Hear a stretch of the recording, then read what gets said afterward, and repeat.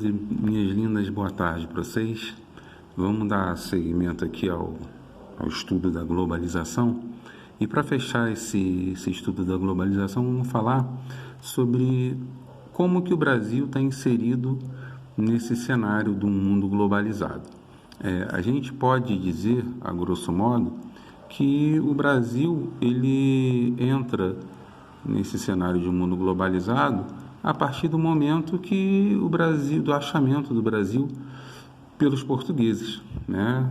A gente pode dizer que o mundo começa a se tornar globalizado a partir das grandes navegações, e o achamento do Brasil é uma das consequências desse movimento das grandes navegações iniciado por Portugal e Espanha lá no finalzinho do século XV e comecinho do século XVI. Mas, a bem da verdade, a gente pode dizer que o processo de globalização efetivo do Brasil ele começa na década de 90.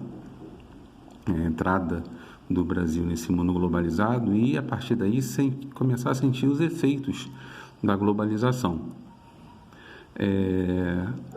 A globalização no Brasil é fruto direto do processo de implantação das políticas neoliberais no Brasil. Essas políticas elas se tornam mais contundentes durante o governo do Fernando Collor de Mello e vão se consolidar com a chegada do Fernando Henrique Cardoso à presidência. Collor, assim que toma posse, ele anuncia uma série de mudanças nas leis trabalhistas e principalmente a abertura do mercado nacional a empresas estrangeiras, de capital estrangeiros. O governo de Collor ele é curto, ele sofre impeachment devido a uma série de ligações dele com corrupção. Ele sofre impedimento e assume a presidência o vice Itamar Franco, que nomeia como ministro da Economia o sociólogo Fernando Henrique Cardoso. Fernando Henrique Cardoso cerca sua equipe no ministério de alguns jovens economistas, principalmente alguns ligados à Fundação Getúlio Vargas, e que tinham a incumbência de levar adiante o processo começado por Collor, que era o de abrir a economia brasileira para as indústrias estrangeiras e, principalmente, alavancar um processo de privatizações das empresas estatais. O Fernando Henrique, ele além desse movimento de privatizações, ele também ele inicia um movimento de demissão voluntária de servidores públicos, e de precarização das leis do trabalho. Fernando Henrique, com a implantação do Plano Real, que diminui drasticamente o processo inflacionário no país, ele angaria muito apoio popular e pôde assim, com esse apoio popular, implementar a privatização de inúmeras empresas estatais, como a Telebrás, Telerge, que eram empresas de telefonia a Telebrás era do governo federal, a Telerge era do estado do Rio de Janeiro, da Embratel, que era uma empresa de telecomunicações do estado, a venda de bancos estatais como o Banerj, o Banestado, o Banesp. O Banerj acaba sendo comprado pelo que hoje é o Banco Itaú, e a privatização do Banestado, ela guarda uma característica interessante, que até hoje há um processo que corre sobre medidas ilícitas que foram tomadas durante esse processo de privatização. Empresas como a Vale do Rio Doce e a Companhia Siderúrgica Nacional também foram privatizadas nessa época. Nota que a empresa estatal era sinônimo de ineficiência, e esse era o gancho onde se apegava Fernando Henrique, e o governo Itamar Franco para defender a privatização dessas economias. Ora, eu até entendo que algumas empresas poderiam até ser deficitárias. No entanto, o que a gente observa é que inúmeras dessas empresas, elas eram superavitárias e foram privatizadas só por uma sanha neoliberal, só para dar seguimento à ação do desmantelamento do Estado. Alguns setores da economia, eles não devem deixar de ter a mão do Estado, deixar de ter a mão do governo, porque o governo ele deve agir como a locomotiva da economia, né? Um caso interessante da Vale do Rio Doce é que ela é privatizada e em um ano as ações dela quase que dobram de valor na Bolsa de Valores. É só porque ela passou para a mão da iniciativa privada? Não foi isso, é porque passa por todo um processo de descrédito da empresa para depois vendê-la com as suas ações a valores muito mais altos. A política de terceirização de trabalhadores, né, de legitimação dessa questão da terceirização, precarizou e muito também a questão do trabalhador no Brasil.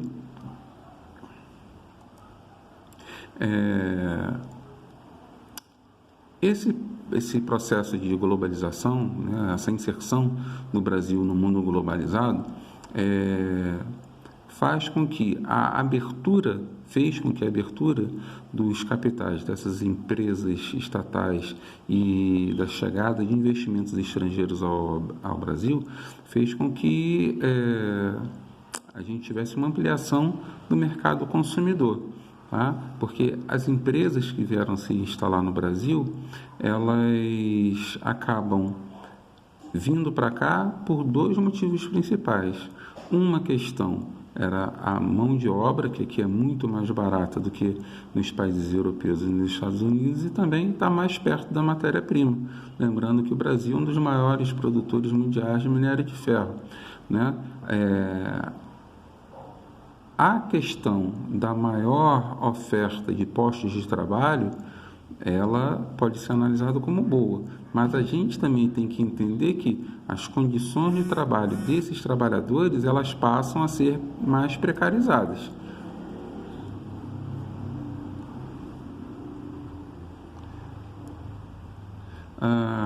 A gente também tem a instalação, durante esse período, de empresas maquiladoras, ou seja, o Brasil ele passa a ter uma indústria muito parecida com a indústria mexicana, né? onde principalmente as indústrias automobilísticas norte-americanas se aproveitam da mão de obra mexicana mais barata para que seja feita a montagem dos componentes a produção e montagem de componentes dos carros da indústria automotiva norte-americana seja feita no México, o que faz com que o custo da produção caia desesperadoramente, né?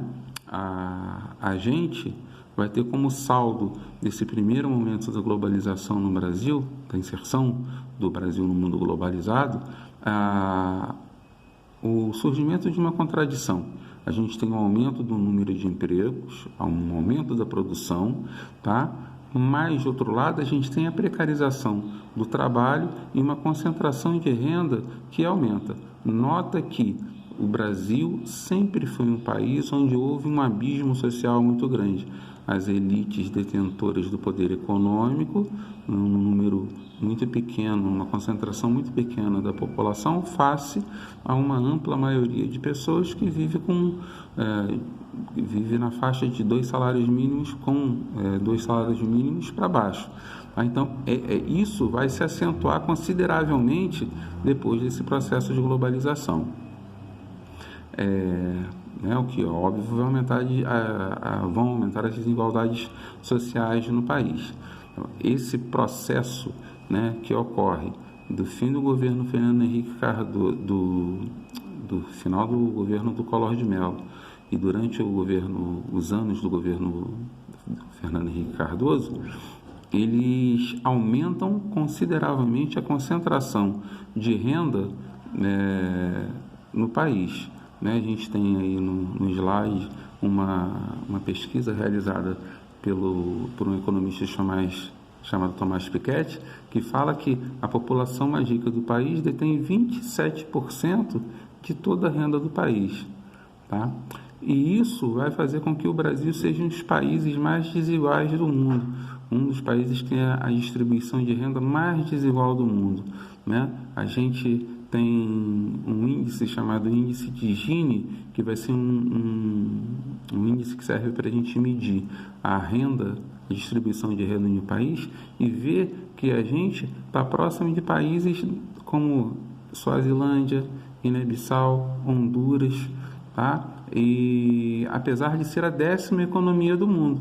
Então isso é uma contradição muito grande. Quer dizer, a gente tem uma pequena parcela da população que ganha muito e que tem muito, e uma enorme parcela da população que sofre para ganhar o pão do dia a dia. Essa questão da desigualdade, ela vem sendo acentuada nos últimos anos. Né? A gente tem uma elite que não paga, as pessoas detentoras de grandes fortunas que não pagam imposto, essas grandes fortunas, elas não são taxadas, enquanto a classe média, né, uma faixa da população que ganha entre 3 e 10 salários mínimos, vai pagar vai ser mais tributada que essas grandes fortunas, né? Porque a gente tem um padrão tributário que vai incidir sobre o consumo e não a renda das pessoas. Então, quanto mais a pessoa consome, mais ela paga imposto.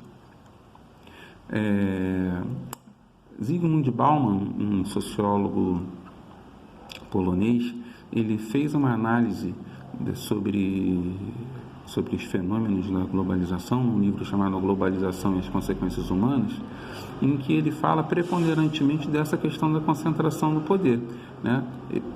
Fazendo com que os países mais desenvolvidos eles concentrem cada vez mais a renda, né, e a riqueza mundial em detrimento do aprofundamento da crise e da pobreza nos países periféricos. Né? A gente tem um mapinha que fala sobre o mapa da riqueza com o PIB distribuído. Então a gente vai ver que América do Norte, Europa, Austrália são países onde o PIB da população é mais de 100 mil dólares, né? E a gente vai ver que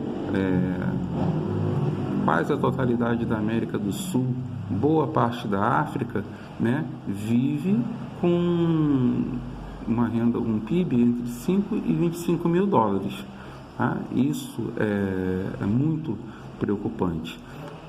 Notar que nesse tempo de exceção que a gente está vivendo, nesses tempos de pandemia, os países que concentram a riqueza do planeta, eles estão aprendendo a duras penas que esse modelo de concentração de renda, ele não é um modelo mais justo, né, para a população. Isso é interessante porque tem está tendo uma repercussão aqui no próprio Brasil. Economistas neoliberais, economistas que apregoavam desde sempre a política e as cartilhas neoliberais, eles estão revendo esses conceitos, né? Revendo essa questão da saída do Estado como a locomotiva da economia, deixando isso a cargo dos empresários. Né? Economistas que diziam isso, que faziam disso o mote principal de seus trabalhos, veem que a falta do investimento do Estado na estrutura do país pode causar, como está causando agora, sérios problemas. Né? A falta de estrutura, de investimento na estrutura da saúde pública, por exemplo, está fazendo com que a gente passe por esse período de pandemia sofrendo consequências brutais. né?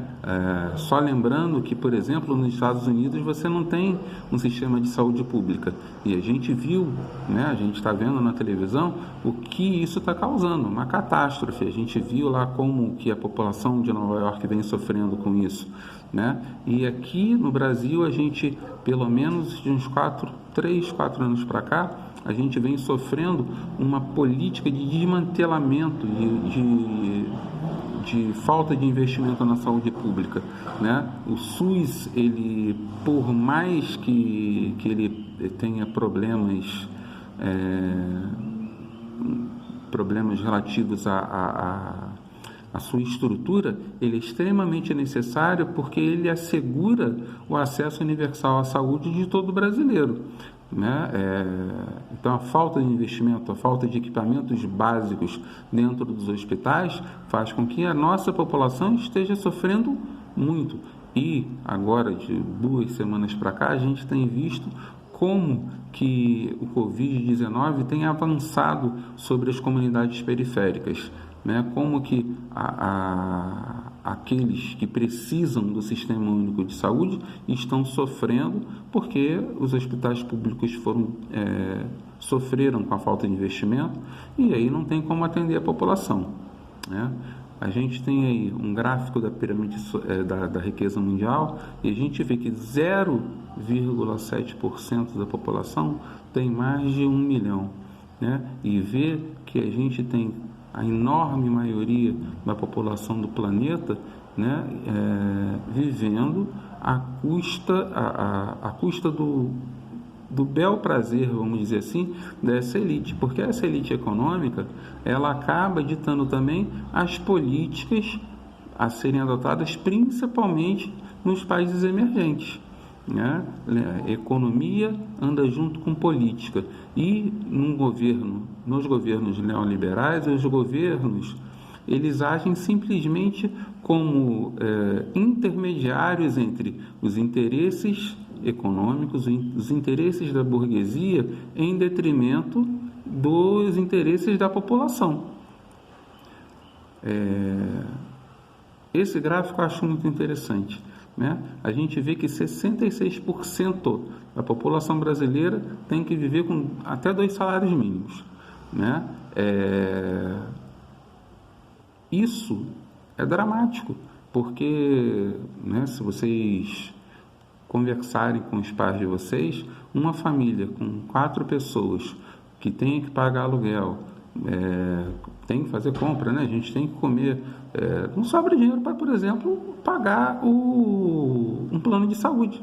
E aí, como não há investimento na saúde pública, o que acontece? Num momento como esse, a gente fica a Deus dará, né? Essa concentração de riqueza nesses 5% da população, né, isso aí traz problemas graves para a gente, né? Porque a imensa maioria do povo brasileiro acaba sendo posta à margem das políticas públicas. Um gráficozinho que fala sobre a proporção de pessoas em condição de pobreza e pobreza extrema por estado, né? E a gente vai ver que os estados lá do Nordeste, né, e alguns estados e os estados do Norte, eles sofrem mais com essa questão da pobreza extrema, né? Se a pessoa vive em pobreza extrema, ela não é um consumidor, né? Então, assegurar um programa de renda mínima para as pessoas faz com que essas pessoas possam consumir. E não é consumir bens, é uma questão de consumir até comida mesmo, né? Nesse momento de pandemia, quando a gente tem visto essa discussão aí da renda básica emergencial,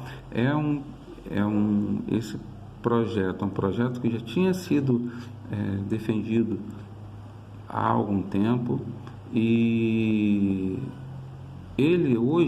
nesse momento, ele se mostra uma saída para o reaquecimento da economia, né?